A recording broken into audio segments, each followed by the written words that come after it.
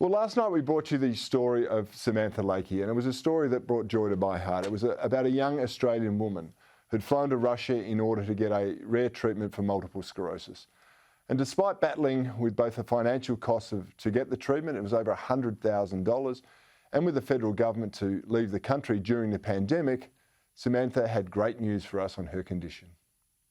I am proud to say that I am MS-free. The hospital has halted my progression. Beautiful vision. Isn't that just beautiful vision? It just makes me smile. But the battle's not over for Samantha, because she's now battling for the ability to quarantine at home when she returns back to Australia, expected in the next week or so. Her mother has volunteered to care for her during her critical recovery period from treatment, but Samantha is facing pushback, this time from the Queensland Health Department, on gaining an exemption to do so. The government has given me two options. First option is to have my mother and I stay in an apartment together, which I have issues with because you're asking a 70-year-old woman to cart around equipment, cleaning products, around an apartment that's already set up in my own home. The second option is that they want me to quarantine in a hospital. And again, that doesn't suit well to me because a hospital has so many sick people, COVID-related, non-COVID related, and all the letters that I have received from my professional team, or my medical team, have said I need to be far away from anyone with illness, full stop. As I mentioned earlier, Samantha's flight is expected to land in Australia around about a week from now, and this situation needs to be resolved very soon. I spoke earlier with Shadow Queensland Health Minister Ros Bates, and I asked her if the Queensland government is simply incompetent or heartless when it comes to making decisions like this. Well, Corey, this is just another chapter in the sad and sorry Queensland exemptions, where there's one rule for the rich and famous and one rule for everybody else. It is cruel and callous, particularly in Samantha's case. And today she's actually written to me, so I've actually done a representation to the Chief Health Officer and to the Minister for Health on her behalf. Because as a nurse, I actually can't understand how the decision has been made in the first place. And as you would be aware, we do not, the opposition is not privy to the health advice. So, the health advice is the health advice, but I'd love to be able to see how they make these decisions.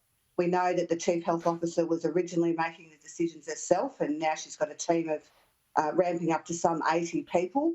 But, from a nursing perspective, the best place for Samantha would be at home because hospitals are full of bugs. And she has, had a transplant. She's autoimmune compromised, and her family are prepared to stay with her for 3 months and look after her at home. So trying to put her into a hospital or hotel quarantine, which have both failed here in Queensland, is just appalling.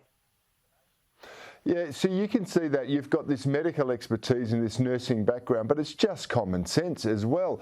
And that seems to be where the Palaszczuk government has taken complete leave of their senses, because they can't see past, the politics of the matter or the bureaucracy behind it. Now, what other pressure can we apply to the Palaszczuk government to exert a bit of compassion and to be more practical and realistic about how they're dealing with these sorts of instances? Well, we saw only in recent weeks of Hans, who had pancreatic cancer, who, his family fought to see him before he died. I mean, it was only media pressure and pressure from the opposition that actually enabled that to happen. But that shouldn't be the case. It should be common sense.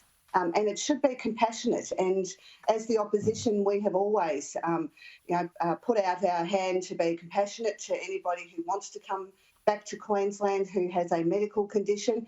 As the Shadow Minister for Health, everybody who gets knocked back from exemption comes to me anyway. So I see all of the trauma that it does to families and their loved ones, and particularly patients.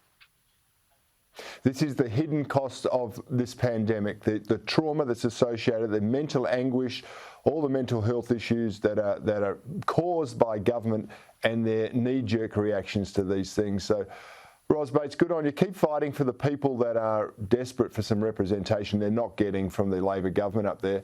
But there's also Liberals in New South Wales, and we now see in Victoria, there's increased lockdowns. Governments all over the place are panicking.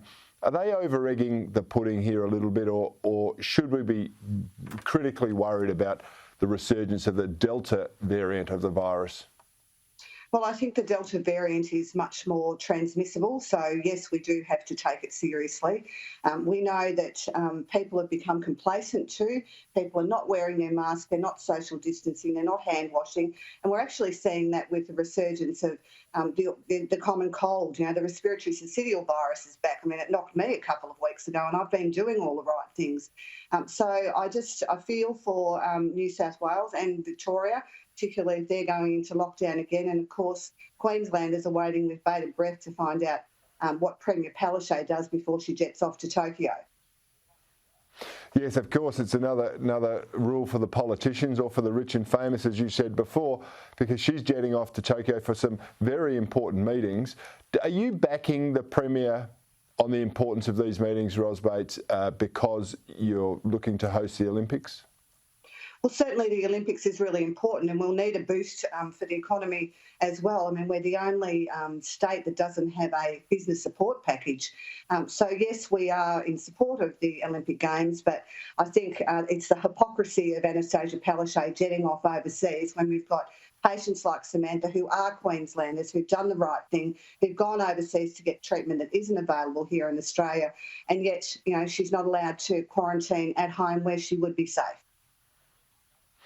Yeah, it's a crazy circumstance, but we live in very unpredictable times where politicians, and particularly those who are in government, are exploiting it for their own political purposes whenever they possibly can. And that's why having a very strong opposition and a strong opposition voice like you, Ros Bates, is critical to keeping them accountable, to making sure some common sense prevails, and to apply the pressure so that we can, resolve some inequities that are clearly taking place, most notably there in Queensland. Ros, thanks so much for your time and more strength to your arm. Thanks very much, Corey.